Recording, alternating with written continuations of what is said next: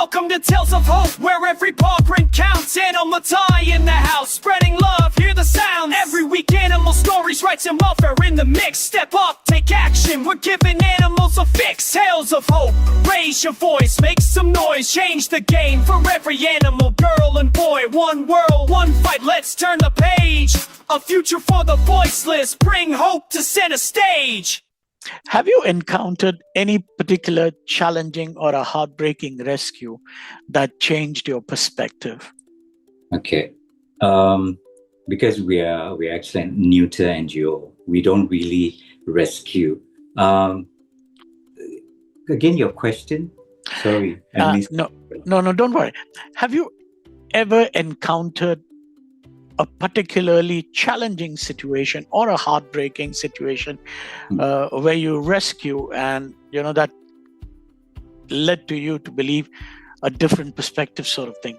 Okay, right. So sorry for that just now. No, please. Okay, like I said, we don't really rescue, but in our missions when we are already there, right? So and then if we were to bump into any animals in distress, we will definitely rescue, but it happens once in a while, we may encounter things like this. So it will only strengthen our belief that we should do TNR, so it doesn't really, we don't back down from this work.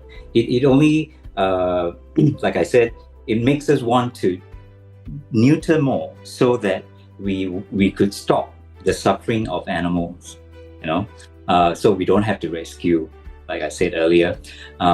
So yeah. That's such a beautiful thing. Now, how do you handle situations where communities are hostile or indifferent to stray populations? Okay, this has to do a lot of awareness and education. This is more like a psychological game to me. Sometimes I look at it. To change the mindset of people is really difficult, but we will try to find out what's because we try not to be biased. Right. Although we are animal lovers, right? We cannot just stand on the animal side and then try to speak, for them. But we have to take into considerations that the thoughts or what these people are thinking. They want the animal gone. Maybe they are not animal lovers. So how should we approach them and try to get them onto our side? Number one is that I always think that it's like we don't slap a person, then ask them, hey, can I be your friend? That's a very good one. Yeah, so we try to find out what actually bothering them, and how their views on these strays. And then, of course, instead of, we can't force them to take our view, but we can always try to talk to them and make them understand, instead of saying that the animal deserve to live as well, then we will say that to lessen their populations, then we can do this,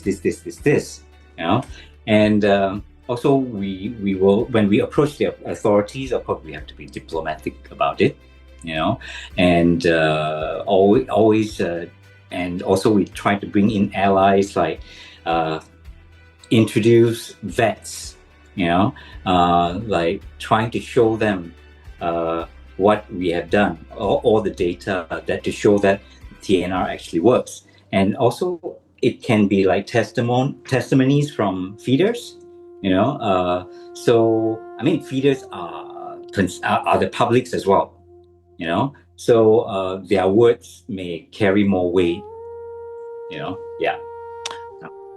There was one thing that you mentioned during our conversation, is there is a lack of awareness and education amongst, I think it is not only in Malaysia, but we have it in India as well. So do you have a strategy or a plan where you are sending out, like you said, you hand out pamphlets, so is there a proper strategy or a plan that you have where you try to educate and, raise the awareness? Okay, as far as this, like I mentioned, like print out flyers, and sometimes we also try to give talks, but this doesn't happen like a lot.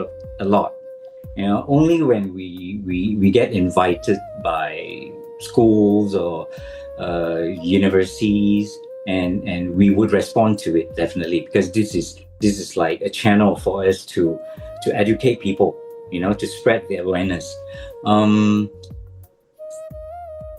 And also, as far as our organization is concerned, all right, we are always hands full and short of manpower, to do all these things, right? And because we need to show our work to the public in order to garner more donations. Yes, right? absolutely. So by just doing the work is hectic enough, But we do, because I feel that works and awareness go hand in hand. The more when you show them that this actually works, then they will buy it. Yes. That they will believe in it. Yeah. That's a very good thing you said, It's only when you do the work and show it to people is that when they believe, yes, this is how it is. Now, yeah, we believe that. I believe it from the very start. Like my first question was, the reason why we registered this as an NGO is because that gives us the right to ask for donations. Right. Then of course, before donations could come, you always think of how to gain their trust, that they will hand you money just like that through our work. So we posted our work regularly, for them to see that we actually, are hands-on doing this thing. And so along the way, sometimes they would offer to volunteer themselves, so they see with their own eyes we actually did the work. Absolutely. Yeah. That's, the most effective way for people to see is when, they can experience it themselves. Yeah. Absolutely. Mm-hmm. Now, what role do local governments or city councils play in supporting or obstructing your work? Like you said, they don't really obstruct our work, but the support that local governments give, or authorities, are very, very little. Like, something like in India, like what you just described. The only thing that they do is like for two organizations here, the older organization that have been around for many years. The local government did allocate like a sum of money as nutrient subsidies, for people who send their animals for nutrient, and they can claim back, from this subsidy. And but the thing is about these subsidies is targeted on nutrient rather than the strays specifically. Why I say that? Because you can be an owner of a pet who send your pet for nutrient, and you still can claim from this subsidy. Wow. Okay. You know what I mean? So it's not by for people who catch strays and send for nutrient, and yet they claim from this subsidy. So for me is that this subsidy is more on encouraging people to do nutrient, to send their pets for nutrient, or that includes the stray as well, but it's not specifically targeting at the strays. Okay. Yeah. I think at least, what you mentioned, even in India, we have this where the government does run these sterilization they have been running these drives, but to be honest, the funds never reach the right place. That's what it is.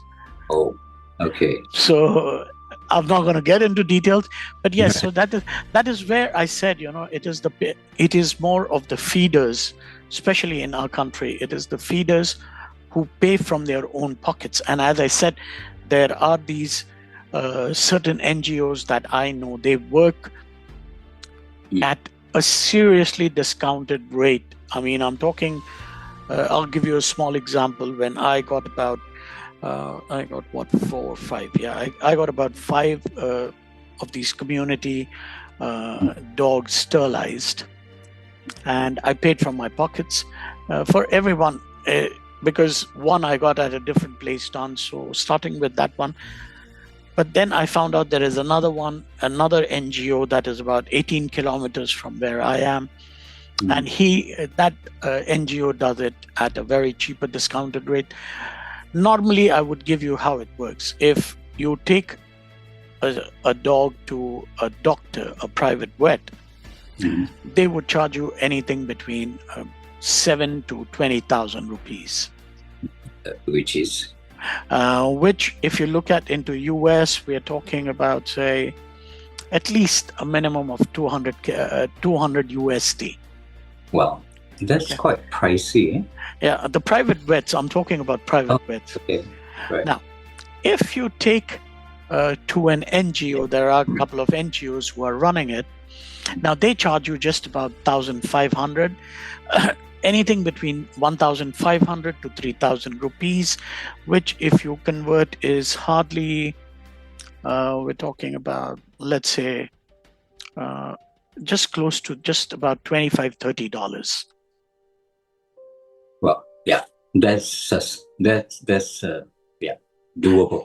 Yes, very doable. And that is what, see, you have to understand, as I've always been upfront about this, it's not only the NGOs, but, the feeders, the community we are in, we all do it from our own pockets, and our pockets are not that deep. Let's be very honest. We have all our limiteds. We have our own families and everything. And from there, we try and, do what we can from our pockets. So for us, we try and find places or these NGOs who can do it for us at a discount, at these rates. And it is, from what I know from the people that I've been speaking to, it's almost across the country. This is a very standard rate. The max that goes is about 3,000 rupees. So even if I look at 3,000, which is just about 25, max 25 USD. So, it's the feeder who pays from the pocket. So yes, we've had those sort of things, Right. Now, apart from, as we said, yes, the government runs a sterilization drives, but it would have been a very different scenario. But anyways, have you partnered with schools or universities to create awareness and education programs? You asked just now, right? Yes. And I said we do, but it's a once in a blue moon thing, because we are always short-handed, and so that makes it difficult. Only if they invite us, and then we would go. Yeah. Okay. But it's not like because from what I understand, there are a lot of people, in India also, we're trying to do a lot of things where they have a program that they are trying to, like work with the universities and schools and colleges where, I'll give you an example. Recently, what we heard that there is one of the universities which has, the students on campus have started taking care of the strays. I mean, they take care of it in terms of getting it neutered, feeding and everything. So yes, there are things like that. So I don't know whether it works out. Is there something similar out there? Yeah, they are, but it's just not really happening because, like in Malaysia, right, the compared to 13 years ago, the awareness about TNR programs in the urban area, it's people are they got to know these things. They're more receptive about the program because they know that is the more humane method, is the most humane method actually. But it's quite, the awareness is still considered as low as compared to our neighboring country like Singapore. Singapore is I would say very advanced in when it comes to this, when it comes to TNR. The government is involved. For us, it's like the only one state that is practicing this is Penang. Okay. And so I heard that they are doing this quite successfully, and the local government also is like supporting them, yeah. All right. That's quite interesting. Anyways, now how can an everyday citizen contribute meaningfully to the success of TNR programs? Okay. Now, when it comes to this, monetary funds is the utmost important when it comes to any NGO works, I guess. So we need that because for our NGO, of course, they can volunteer as well. They can volunteer, but our work is slightly different from other NGOs' work, like sheltering, or like if they were to volunteer themselves into a shelter. I mean, it's just about cleaning and feeding, but our work is slightly different. That we need to go out and catch the stray, and you got to have some knowledge in catching. I mean, you don't just volunteer for one day and then you disappear, because we can't possibly teach you everything about catching in one day. You have to be more like regular volunteers in order to do that. It's just like badminton players when they are pair up together, in tournaments or something like that. You don't just pair up with just anybody in the team. You have to pair up with the one that you could, like perform the best, or you work well together. So volunteering is another thing that you can do. Monetary fund is I would say that most people wouldn't want to be hands-on. Hands-on is not their thing, and of course donations is very much encouraged if they can't be hands-on. You just pull the right words, because I think for all of us to run these programs that we do, we need the cooperation of everybody. Everybody needs to do their part, even if it is. I remember I was talking to one of the NGOs in India. This lady has about 270 dogs, and she takes care of close to about another 400 horses, donkeys, and she has a very huge one. And I remember she telling me very clearly that even a single rupee that comes up, is helpful. Yeah. So I think it's the same thing. Even a single dollar, even a dollar coming in or a ringgit coming in would make a difference. Definitely, definitely. Like we would always say, like if we have certain amount of followers, like on our page on Facebook, if let's say 20,000 followers, if everyone just donate 1 ringgit, like here in Malaysia, we would have like 20,000 absolutely every month. That's so true. I mean, that's a very true thing. Yeah. Every cent counts, I guess. Yeah, absolutely. Especially in charity causes. No, see, it's the cause that we're doing is humane, but I believe it's we just need to change the perspective of people. Yeah. Now, what kind of long-term change have you seen in areas where TNR has been consistently implemented? Okay, this is more from the feeder themselves, that we have helped to neuter the dogs in their community or the cats in their community. They are the ones who told us that TNR helps, that they don't see the number grows. Well, from time to time, they may be newcomers, but that's what management is all about. Like we talked about, that we would continue to catch the newcomers and neuter them as well. So this is part of the management. And so the feeder themselves say it works. So these are the proof that we can show the local government, to get them into implementing TNR. Yeah. Now, just a bit of the off-drive question. Do you also get to hear the feedback from the feeders that once you've implemented TNR, the aggression of these dogs or cats has also subsided, something like that? Okay, this is debatable, really, because I take care of about 40 cats at my place. Wow. And by neutering that, I mean, I wish to say that it does, reduce their aggressions. I wish to make it as it is a fact that it does. But from my experience, and also from the feeders' feedback, not really. I think, Okay. Not really.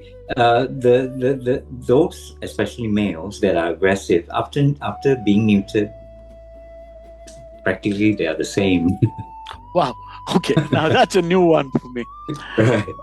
Honestly. But anyways, that's a good one. Or maybe it's just in my case, maybe as a whole, it does reduce aggressions, maybe. Yeah. I mean, I think I will need to get hold of some proper concrete evidences. Right. But given from what I know, like you said, your personal experience, and given my personal experience, what I have seen is at least the 5 that I've done sterilized at my mother's community, and the one that we have at home. We have 3, 2 females and 1 male.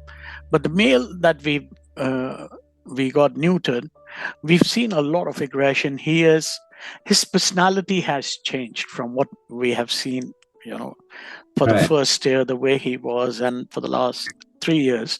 His personality is different. His aggression is different. He is more loving. He's more, I don't know what else to talk about him. That's what I read too, like when we Google, that's what it says. But like I said, it may be just that in my cases, that's what happened. It didn't really change much. But as like you said, maybe as you talk to more people, maybe their experience is somewhat different than mine. Yeah. Absolutely. Now, how do you track behavioral or health improvements in neutered animals over a period of time? How do we track? I mean, of course, the feeders are the ones who's actually doing that job. For us, it's like, because we started our organizations with the purpose that we know people are feeding, feeders are feeding, but feeders, they have no resources to catch, or they don't know much about catching, how to catch them. That's where we come in. So your question is more on the management side. We will leave it to the feeders to take care of that at the moment, since our group is not that big, and like I said, we're always short of manpower. Yeah. Absolutely. Now, what data or evidence has been most powerful in convincing policymakers to support your efforts? This is to convince them, mainly in Malaysia, is by the feeders, from the feeders, the proof that TNR actually worked.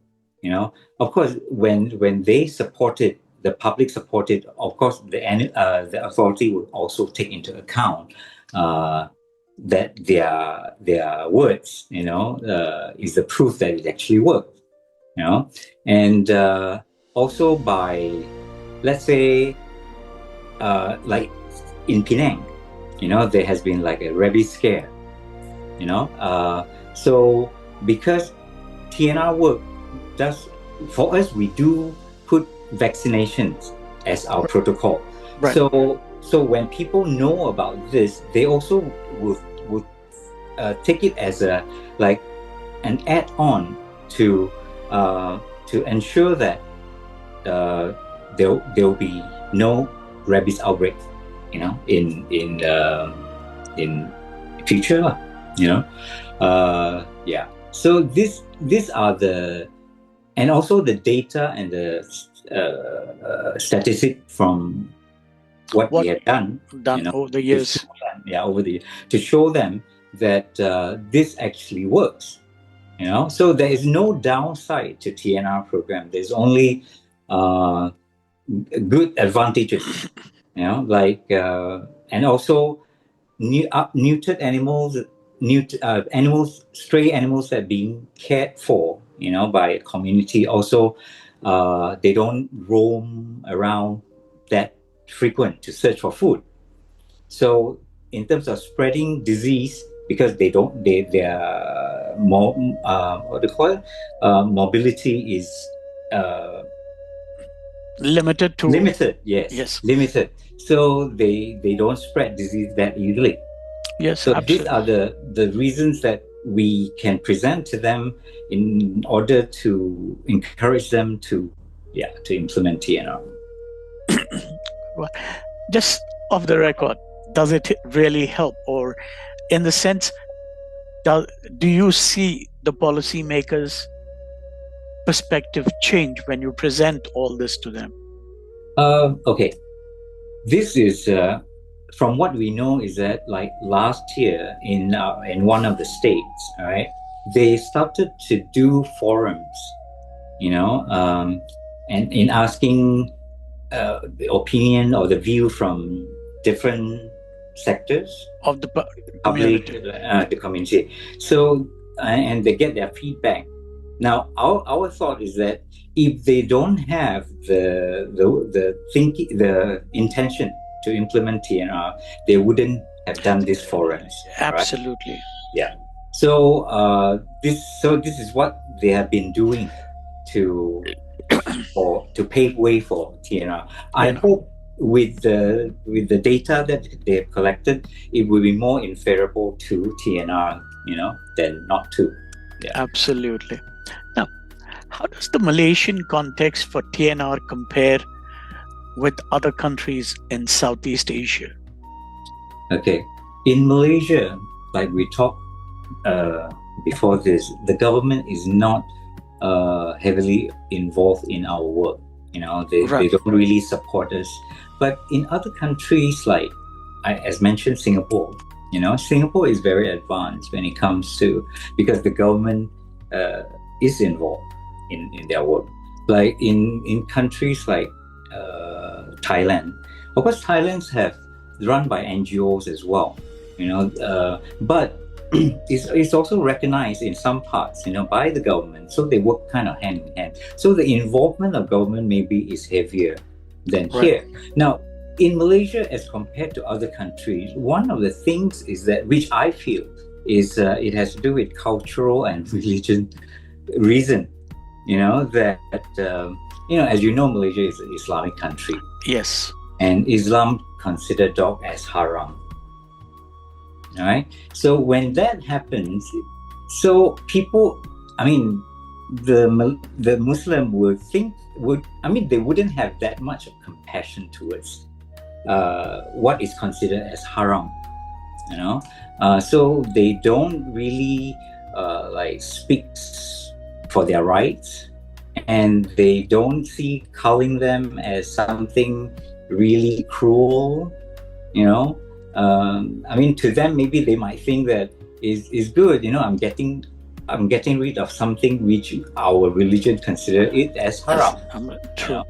But other countries, of course, they are more compassionate towards stray animals, especially like in Thailand. That's why people are more, they accept this more readily. It's like helping because Buddhism, right? Like in Thailand, they believe helping those helpless animals, being kind to animals. So this sort of encouraged them to accept TNR more readily. Absolutely.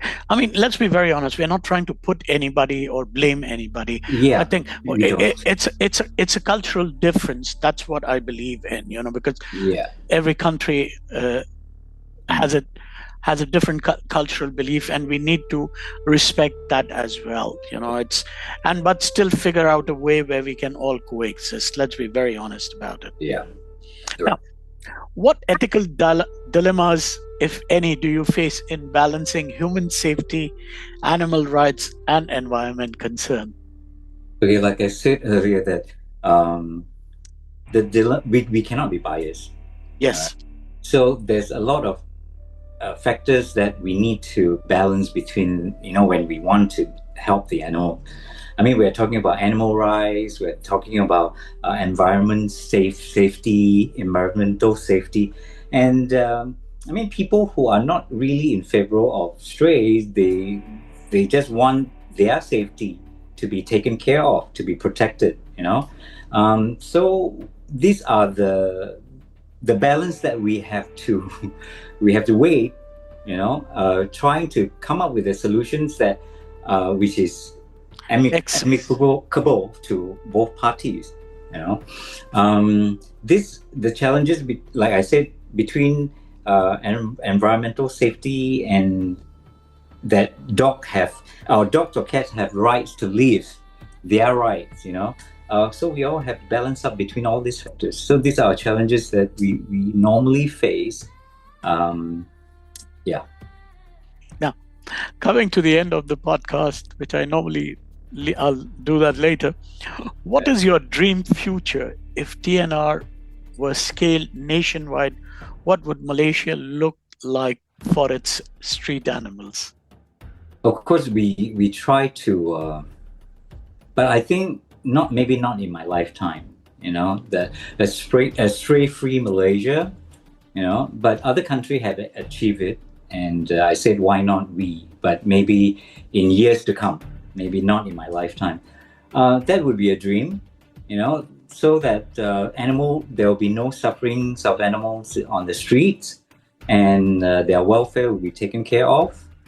And so does for the public, that they don't have to face all this nuisance from strays. That would be a nice picture. Coexistence. Now, yeah. Coming to the end of it, as I said, mentioned to you, Stuart, I leave it as an open mic for the guest to talk from their heart, make an appeal for fundraise or whatever it is to all our listeners. So going out there, or a pet project that you're working on, which you'll need support. So I leave that. Yeah, like you said, this is charity work. I always say that this is charity work. I mean, no matter you are on the giving side or the accepting side, it has to come up from the heart. You have to give from the heart. You have to accept it from the heart. So, of course, like I said earlier, monetary funds is the utmost important thing in ensuring that our works continue. Of course, we would definitely welcome any source of help. May it be monetary or being hands-on, but we leave it to the donors. I mean, we would really be very grateful if people would donate to our cause and in believing our cause and do that. But please do that from the heart. There's no obligations. Yeah, absolutely. Stuart, thank you very much. I really appreciate you taking the time to be on this show. Thank you so much. No, it's really my pleasure. And then I believe you're doing a great work, by reaching by putting out these things, awareness. I mean, reaching out to the world, basically, and I couldn't have asked for more. Thank you so much. Thank you so much. For this